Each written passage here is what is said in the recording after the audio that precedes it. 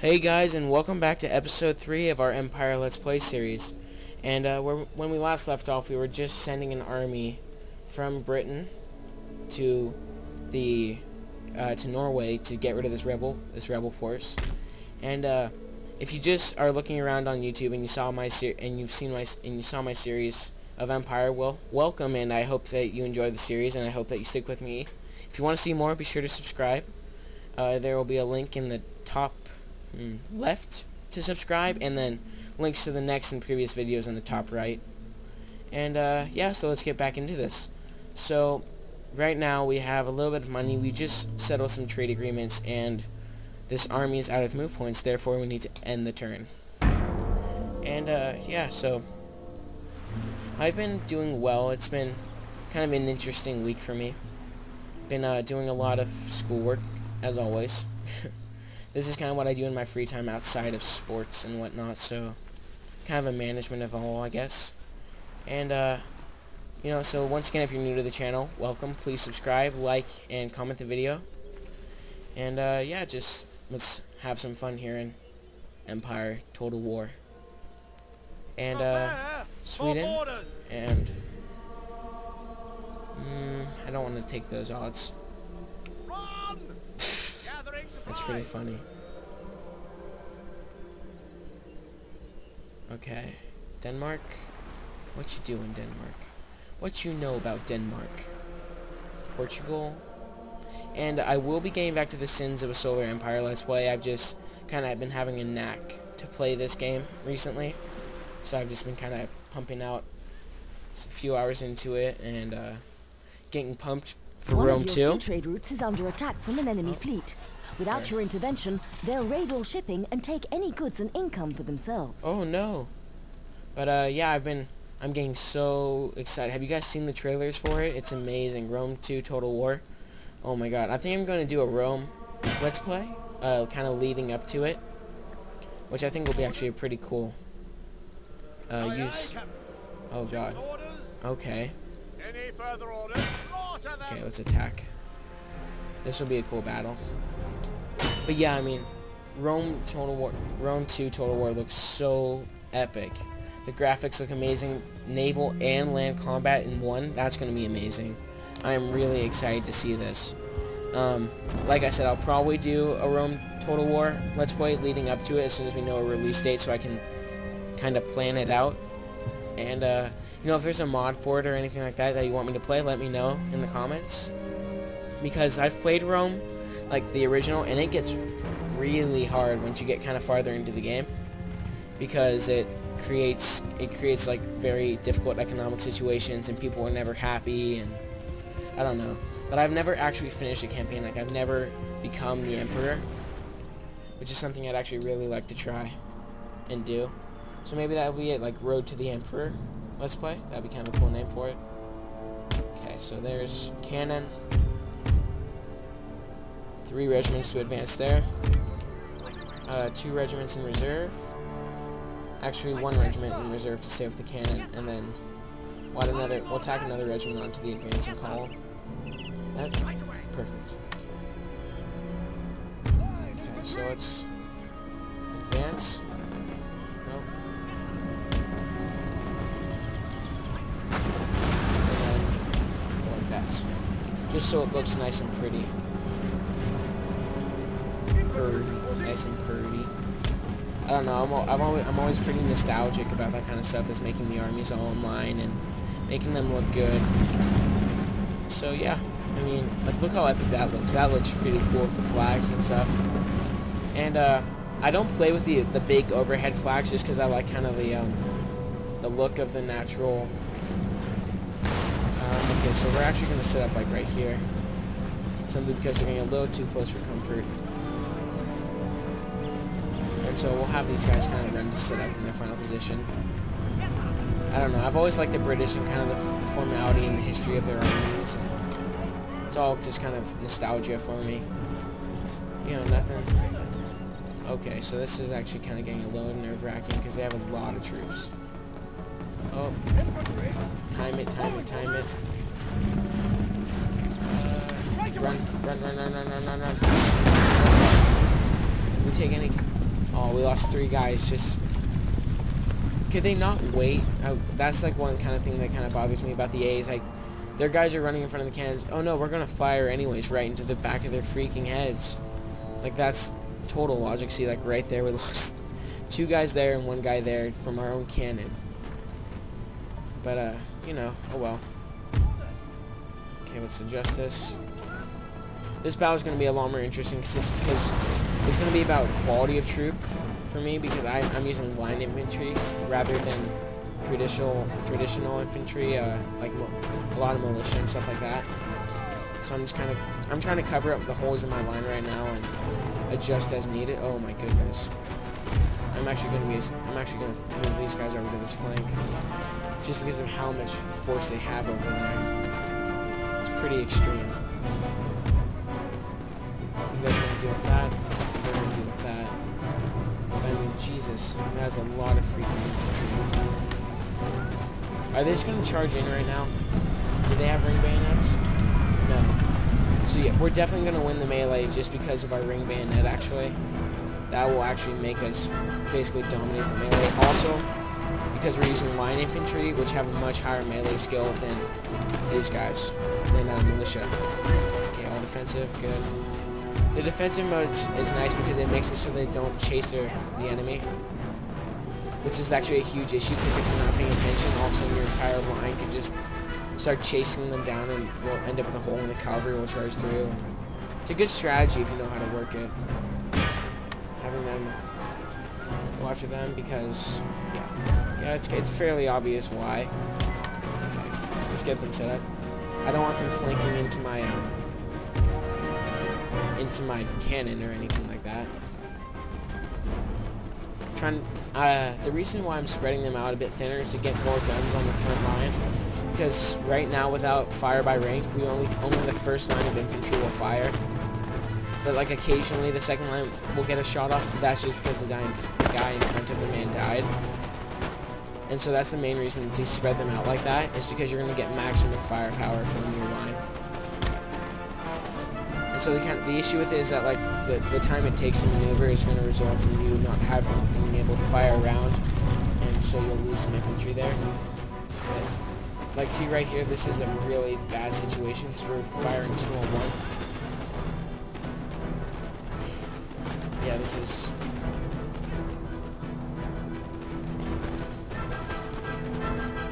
It may almost be worth it to kind of charge in, simply because it will allow them to even the odds a bit.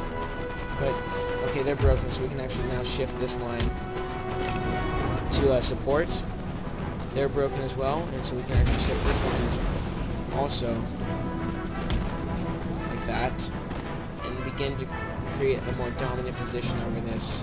So the table is just turning there extremely well for us. Run. And there's a little firefight going on here. As you can see, we are absolutely dominating. Went from 150 to 140 to 105 and 134, which just shows that how much more efficient these British regiment of foot are compared to this militia. They're just way more accurate, have a faster rate of fire. They're generally way more powerful of a unit. And these guys are doing absolutely fine. But I think this might be their general unit, so he'll most likely be able to hold longer than the rest, simply due to the fact. Oh no, I guess this is either this guy or this guy. I'm not sure. So you're going to rotate. But see, like I said, like these units were routing, but then because they were only broken, not actually. Okay, we have. See, so.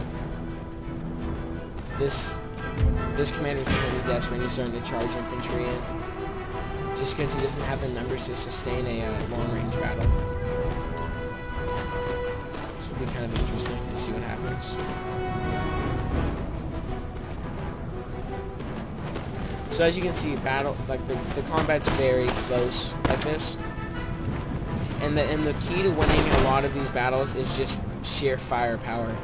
Having as many men as you can on the front line firing is what's going to win the majority of these battles. And see, so we're starting to rout them a lot more easily than we were having. Like, you know, it was pretty tight over here before, but now that we've been able to kind of mass our guns together, we've been able to pull ahead and are starting to win the battle in pretty much a landslide tactic. And militia aren't going to last very long just because of the fact that they're militia. They're not trained soldiers like these regiment of foot are. So they're definitely not going to be much of a match for these units.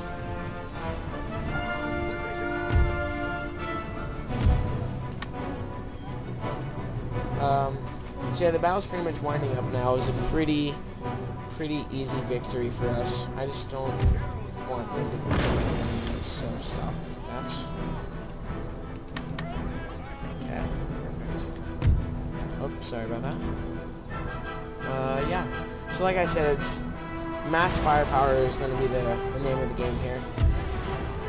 Simply because we're going to be able to get more guns firing, more shots hitting the enemy, and so on and so forth. And yeah, the battle is pretty much over here. I'm not sure what units are still remaining or still holding. Like I see, look, like this is the issues if you don't have them on guard, so they'll just kind of walk off into the distance, which is obviously an issue because then you're down to one unit. And they have clumped themselves together for some reason, which is not a good idea because it just gives my men more to fire at. Following orders. And they're shaken, but they're not routing yet, so it's they may be able to win. They may have a chance to take it. Yes, sir. And sorry if the noise is kind of picking up in the background. Like I said, it's been very hot here over the past few days, so I've been kind of trying to deal with it by having some extra fans on my computer because my computer puts out a lot of heat. I'm not going to lie about that. Okay. And I think that's the only unit we're dealing with right now. Yeah, it seems to be the rest have shattered and running away. Killed the general. They will not last long now. Yep, like I said, see, they're broken. Taking shots in the back, flipping. They're gone. They aren't going to last. And yep, there it is. So that is a victory for us, simply in the fact that we outgunned them. We had more firepower, more men to put to the field, and that's, you know, pretty easy. You know, there we go. Victory for us, all taken care of. See, so rather we only deployed 824. They deployed 1120. I mean, you can see the difference in losses here. It's just about being able to control your forces and not We can't do that, sir. overextend or underextend or clump them together. It's just balance, mostly. Yeah, basically balance. And now with this, we'll be able to wipe them up with just those 3 units. And yeah, see, I mean, that's an I want to save it just in case, because the AI has a tendency to sometimes just completely bomb out on a battle like that. See, so they're gone. We won. And they're surprisingly still happy. I guess they'd rather be under British rule than Swedish, as I think anyone would. Just kidding. Love Swedish people. Amazing. And yeah, so this Navy's heading down to deal with this Barbary States Navy, just to kind of help clear out the trade routes there. And the United Provinces are actually taking a whack at France right now, which is kind of cool. And I think they're most likely at war with Spain as well, just because Spain and France, during this time period at least, were very tight allies. Terms are divided into 2 campaign seasons, summer and winter. Okay. But yeah, like I said, they were very close allies at the time, and therefore they would most likely be, you know, going to helping each other with the war, especially against a nation so small as the United Provinces. United Provinces shouldn't be underrated though, because they're extremely well off in their position. They had the strongest trade, and they're one of their allies. The Prussians were known for having the most professional army in the world, because it was said once that the Prussian state does not possess an army. The Prussian army possesses a state, simply meaning that because they're so small of a nation that all of their resources went into having a standing army ready to go. And yeah, that's basically it. And I don't know if you could tell but by this point, this is kind of my knack. I love history in the 1800s and 1700s. The pre-Napoleonic era and Napoleonic era is where I really like to look around. And yeah, so it's just kind of, this game's fun because it's an indulgence for me. And I think I'll do some stuff this turn and then end it. Maybe see if we can get a naval battle in, because naval battles are always really fun. See, look, there's the Prussians, like that, the white flag with the black right there. Those are the Prussians. And they're an absolutely dominant force. And I will never go to war with them, because I will most likely die a horrible death if I do. Are you kidding me? Iroquois? Really? You guys really think you have a chance against me? No, they want Norway? Are you freaking kidding me? Okay, that's fine. I don't care. Your war doesn't affect me. Any regions that you capture in the Americas will then rebel and be taken over by the United States. Or I wonder what would happen there. That'd be really interesting if another region rebelled. Like, would that region become a rebel nation region? You know, like how a lot of them become, or would it become more along the lines of there is a port in this region the United States that has not yet been developed. Select the type of port to construct here. Oh. A fishing port will help your population grow. Well, a I don't have much choice will there. provide an income from overseas no, trade. I don't want to hear it because you only gave me one choice, so it's not like that's gonna have a huge effect on me. Okay. Anyone we can have a naval combat with? Darn, I really want to show you guys the naval mechanics. What do we have? 2 5th rates, a 6th rate, a 6th rate, and a sloop. Okay. We could raid this. So let's raid this. Down here. Any orders? We're raiding it for the Swedish ships. How much do they have invested in this now? Should say 0. Yeah, because we're raiding it, so this trade route automatically becomes 0 for them. For us, I don't know if we had. Oh wow, we have a lot of commerce going through here. Barbary states. Okay, let's see if we can. I've seen this happen before, where you can actually get a peace treaty with the Barbary states, and then they won't raid your ships, which is actually like a huge thing, because that basically allows you to trade everywhere. Where are you? Barbary states. Is this in order? Is this in alphabetical order? There you are. Guess it is. Let's request peace with them. Trade agreements, and offer them plug bayonet and a payment of 3,000 gold. I'm trying to sweet talk them into it to make sure they take it. Perfect. The trade benefits that we will gain, like here, I'll just show you real quick in our, I believe it's here, in trade. We are making quite a bit of money off of trade. See, like, look, this is our income, 6,000 a turn. Look how much of it is from trade. Trade is 4,000, tax is 5,000. Other sources, I don't think, oh yeah, we do have a protectorate, that's right. Town watch, we don't have to pay anything right now. Army is extremely expensive. Army takes up our entire trade income. Navy is our other, and then tax is pure profit. So I think we actually may be able to, let's see. What would it do to, nope, don't want to do that one. We could do that, actually. Unhappiness is the first Perfect. stage on the road to rebellion. Oh, that's At this perfect. stage, And the then problem in the can be dealt with Americas, by an upgrade you to could the probably governor's upgrade building up the tax or in an here. increase in garrison size. Alternatively, taverns, conservatoriums, and related buildings Perfect. will bring Do that. contentment to many without having Brilliant. to resort to the same. And the reason I'm doing such high taxes right now is so that we can get a bit of an army started, just to help wage the war here. And then once the war is finished here, we will not have an issue, you know, with money. And so we won't have to Yes. worry about continuing. Forwards! We can disband some of the army. Country! You ask too much. Yes, sir. Oh my god. You guys are ridiculous. Forward! Up! And this. Forwards! just because I'm starting to prepare an army to be moved out to more combat. Okay. And we'll do one more turn, and then we'll end the game for today. But yeah, I don't know.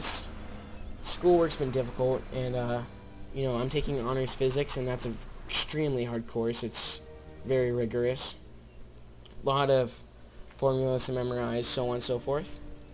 And sorry, I'm just checking my system because I do not want my system to overheat. It's happened to me once before, and it's so bad.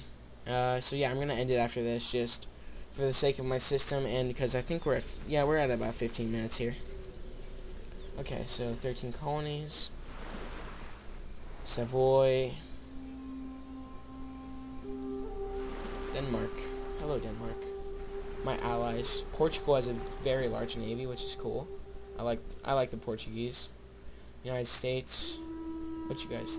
Lots of pretty reasonable army, if I say so. Population growth is slow in this Ooh, region okay. due to high taxation of the lower orders. Let's see, do we have Without a a generally steadily good? expanding Okay. population, villages will not grow, limiting This future one we building want to potential. change.